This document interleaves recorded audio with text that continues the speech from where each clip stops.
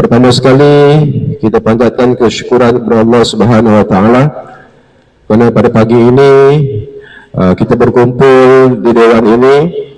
Selain daripada kamu akan mengikuti latihan sukan, kita bersama-sama dalam satu majlis ringkas, iaitu majlis perpisahan atas perpindahan Encik Muzaffar bin Abu Kudus yang akan berpindah ke Kelantan, iaitu Tanah Merah.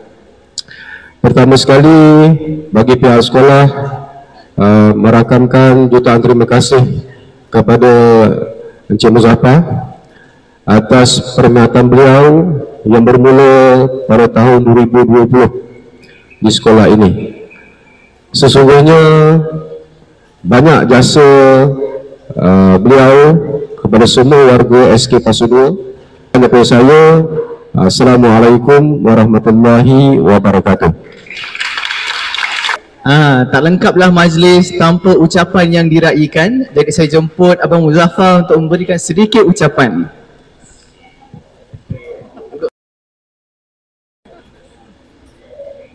Assalamualaikum.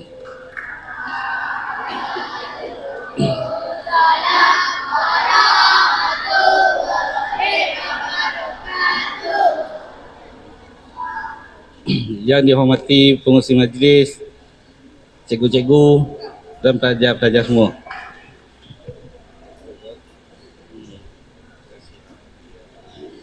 Dengan ini saya mengucapkan terima kasih sebab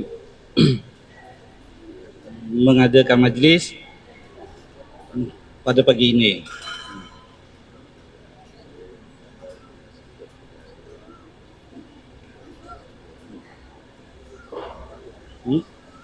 Saya tahu tu.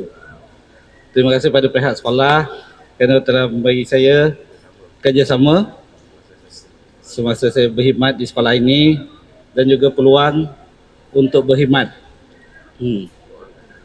Doakan saya. Okey, terima kasih ya.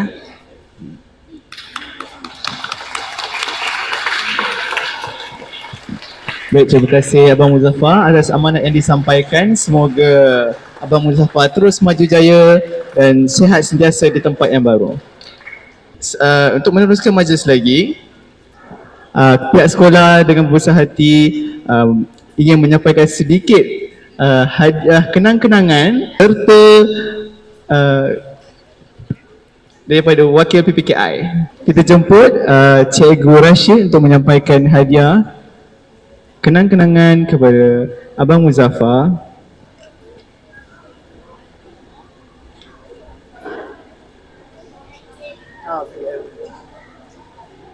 Yang pertama, hadiah daripada Badan Kebajikan Guru dan Staf.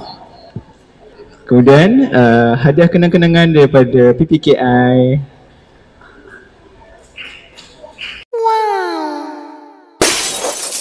Maka Alhamdulillah telah selesai sudah majlis ringkas kita pada pagi ini. Semoga Abang Muzaffar terus maju dan diberkati di tempat baru. Bagi pihak sekolah, kami mengucapkan jutaan terima kasih atas segala hikmat bakti dan jasa yang telah ditaburkan. Sekian, wabillahi taufik wal hidayah. Wassalamualaikum warahmatullahi wabarakatuh.